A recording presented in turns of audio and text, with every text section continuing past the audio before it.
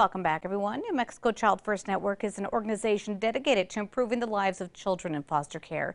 And in honor of Black History Month, they are proud to present Raising and Supporting Black Youth and Children in Foster Care and Beyond. This is a month-long series of conversations and events geared towards elevating the conversation on raising Black youth in foster care and beyond. David spoke with board member Erika Poindexter to find out more details. Erika Poindexter is joining us this morning. She is a board member with the New Mexico Child First Network. Good morning, Erika. Good morning. Thank you so much for joining us. We appreciate it. For everybody at home, let's give a little bit of background on what the New Mexico Child First Network is all about. The New Mexico Child First Network is dedicated to improving the lives of children in foster care and empowering those caregivers who serve them. And so we provide training, advocacy, policy reform, and direct mentorship to foster parents throughout the state. Wow. And now we are still in the month of February, which is Black History Month. Let's talk a little bit about, the presentation, presenting of what is it, raising and supporting Black youth and children in foster care and beyond. How important is that? It's incredibly important. Black children represent 14% of the child population in the United States, but are 23% of the children who are in foster care. So Black youth are overrepresented in the foster care system, and they have unique challenges when being removed from a home, culturally, dealing with their identity in what may be a transracial situation. So it's very important that we focus on those kids and make sure that we're meeting their needs. What kind of changes do we need to start affecting here in New Mexico? New Mexico is such a beautiful and diverse state. We have so much to offer children. Obviously, children who are in foster care have many struggles, including struggles with stability, education, and they need all the support that we can give them.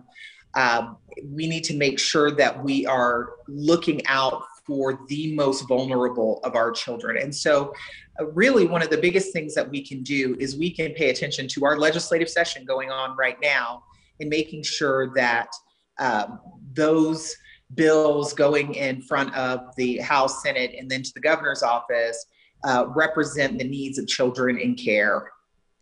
Wow.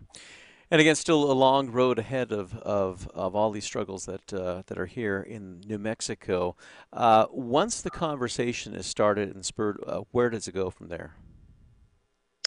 Well, I think once we've done a lot of advocacy over this legislative session and making sure that legislators know what is going on. And there have been some bills that are moving through the House and Senate right now that are going to dramatically affect children in care.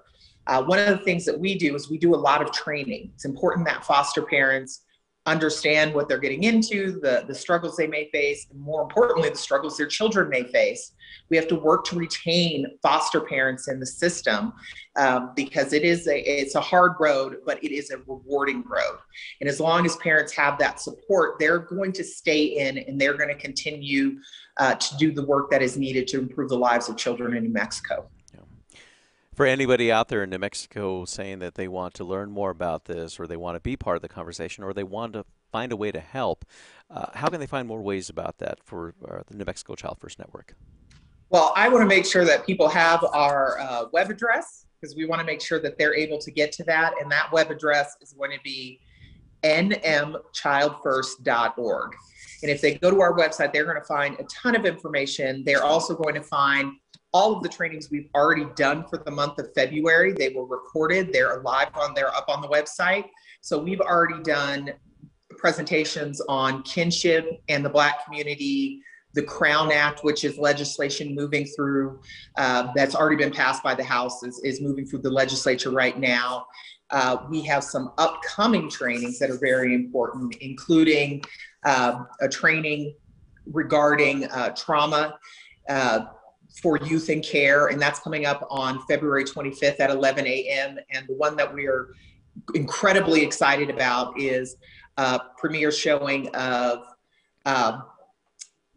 for Black History Month, of a documentary called Raw Tuba about Dr. Richard White. He's a professor here at UNM, and he's the first Black person to receive a doctorate in music in tuba in the world.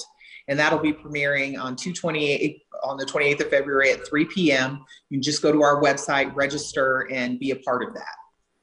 A lot of information there and a great way to access all of it. Erika Poindexter, thank you so much for joining us.